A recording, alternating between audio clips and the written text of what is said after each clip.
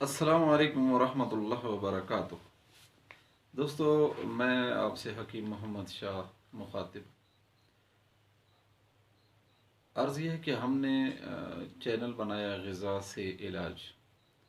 Basically इसके बनाने के पीछे एक मकसद था, एक कॉन्सेप्ट है कि हमने ये चैनल क्यों बनाया। अर्ज़ यह है कि मौजूदा दुनिया जितना मेडिसिन का यूज़ कर रही है और उसके इस्तेमाल से जितने साइड इफ़ेक्ट पैदा हो रहे हैं, इन साइड इफ़ेक्ट्स की वजह से गुना गो मसाइल का शिकार है।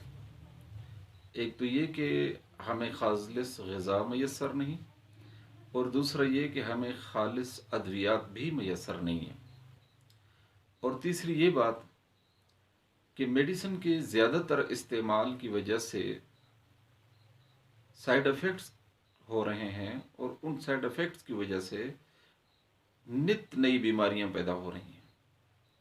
यूरोप में इस पर बड़ी तहकीकात हो रही हैं और इस पर बड़ा काम हो रहा है। लोग एलोपैथी मेडिसिन से हट के हर्बल मेडिसिन की तरफ और ग़िज़ा से इलाज की तरफ जा रहे हैं और इसको तरजीह दे रहे हैं। हमने इसी कॉन्सेप्ट को लेते हुए ये चैनल बनाया ताकि हम आपको ये नॉलेज दे सकें, ये इंफॉर्मेशन दे सकें कि ग़िज़ा से इलाज क्यों कर मुमकिन है। देखिए, अल्लाह रब्बुल इज़्ज़त ने इंसान को जब इस कायनात में भेजा तो उसकी ग़िज़ा का बंदोबस्त किया, क्योंकि ये ग़िज़ा इसकी 100% ज़रूरत है।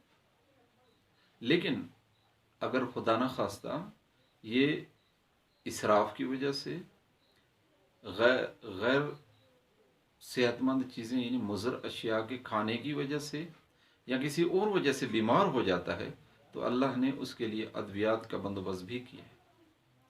लेकिन ये याद रखिए कि इंसान का इलाज ग़िज़ा से ही मुमकिन है। दवा और ग़िज़ा में फ़र्क यह है, इसका कॉन्सेप्ट ये है कि दवा किसे कहते हैं। दवा वो चीज़ जो इंसान के वजूद के अंदर दाखिल हो और कसर व इनकसार करने के बाद तग़य्युर पैदा करे, अपने असरात छोड़े, और 6 घंटे के बाद पेशाब के ज़रिए, बौल व बराज के ज़रिए, पसीने के ज़रिए इंसानी वजूद से खारिज हो जाए। इसे कहते हैं दवा। ग़िज़ा किसे कहते हैं? ग़िज़ा एक ऐसी चीज़ जो आप मुंह के ज़रिए तनावुल फरमाते हैं और ये खाने के बाद वो आपके अंदर इनर में जाए और इस पे केलूस और केमुस के मराहिल से गुज़रे, मैदा अपना निज़ाम हज़म इस पे अपना असर करे। एक पूरा प्रोसेस है इसका। ये कंप्लीट होने के बाद ये उरूक़ मासारिका के ज़रिए खून में, लिवर में दाखिल हो, और लिवर में पुख्ता होने के बाद, पकने के बाद ये खून में शामिल हो जाए और जुज़्व बदन बन जाए।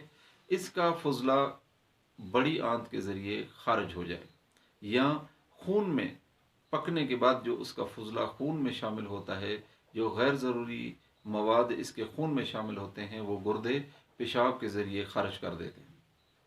तो उसका मकसद ये हुआ कि ग़िज़ा से ही इंसानी वजूद की तामीर और तरक्की होती है, और ग़िज़ा से ही इंसानी वजूद जल्द शिफायाब होता है, क्योंकि वो इनर में जाके ठहरता है और वो इंसानी वजूद का हिस्सा बनता है। लेकिन दवा ये काम नहीं कर सकती। दूसरी बात ये, मैं आपसे ये पूछना चाहता हूँ कि इंसान बीमार होता क्यों है? आखिर क्या वजह है कि इंसान बीमार होता है? और उसकी 2-4 बहुत बड़ी वजूहात हैं। एक वजह यह है कि अल्लाह रब्बुल इज़्ज़त ने फरमाया कुलून हलालन व तय्यबन, कि खाएं पिएं हलाल और तय्यब चीज़ें, यानी जो अल्लाह ने हलाल करार दिए हैं उन चीज़ों को खाएं, और पाक चीज़ों को खाएं, यानी ताज़ा सेहतमंद और साफ़ चीज़ों को खाएं। वला तुसरिफुन, और इसराफ मत करें। अब जब कभी भी आप हलाल चीज़ों को खाने से हटेंगे, बीमार होंगे।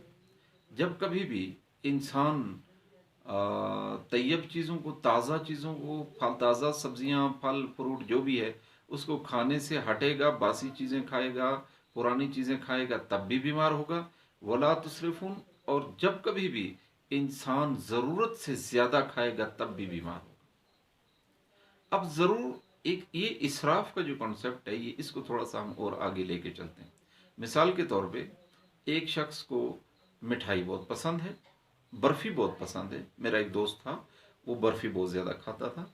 अब उसे बर्फ़ी बहुत पसंद है तो वो रोज़मर्रा में उसकी रूटीन है कि उसने बेकरी से बर्फ़ी का डब्बा, स्पेशली अच्छी किस्म की बर्फ़ी या खोया ला के रखना है, और वो उसने सुबह शाम लाजमी खाना है। अब उसकी ये रूटीन और ये तसलसल सालों चलता है, 1 साल, 2 साल, 3 साल, 4 साल। तो याद रखिए कि 4 साल तक जो मुसलसल ये खुराक है, इससे, इस खोए से जो इंसान का खून बनता है, जो खिल्त बनती है, जो इखलात बनती हैं, उसका इजाफा जब इंसानी खून में होगा, यानी कि जब वो हद एतदाल से ज़्यादा हो जाएगी, वो खिल्त, वो मवाद जो बर्फ़ी से पैदा हो रहा है, इंसानी खून में ज़रूरत से ज़्यादा हो जाएगा, तब इंसान बीमार हो जाएगा। यानी अब इसराफ की दो सूरतें हुई। इसराफ की एक सूरत ये ही हुई कि आप एक नशिस्त के अंदर बैठ के बहुत कुछ ज़्यादा मिकदार में, क्योंकि अच्छा पका होगा, जाहिर सी बात है आप ज़्यादा खा लेंगे। आप ज़्यादा खाएं तब भी आपके मैदे का निज़ाम डिस्टर्ब हो जाएगा, या आप एक चीज़ आपने खा ली है पेट भर के, उसके बाद थोड़ी देर बाद फिर कुछ और चीज़ें आप खा लें, फिर थोड़ी देर बाद कुछ और चीज़ें आप खा लें। इससे आपके निज़ाम का, मैदे का जो निज़ाम है, वो बड़ी शिद्दत से डिस्टर्ब होगा। तो अब अंदाज़ा ये हुआ। दूसरी चीज़ ये हुई, इसराफ की दूसरी सूरत ये हुई कि एक चीज़ को आप कंटिन्यू और मुसलसल खा रहे हैं और तवील अरसे से खा रहे हैं। ये भी इसराफ की एक सूरत है जो बीमारी का सबब बनती है। अब आज की दुनिया में बीमारी के बहुत सारे असबाब हैं, जहाँ पे 3 बड़े असबाब हैं जो बयान किए जाते हैं। उनको हम बुनियादी तौर पर 2 कैटेगरीज के अंदर तकसीम कर सकते हैं। मिसाल के तौर पे आप इंटरनल असबाब, यानी कि और एक्सटर्नल असबाब।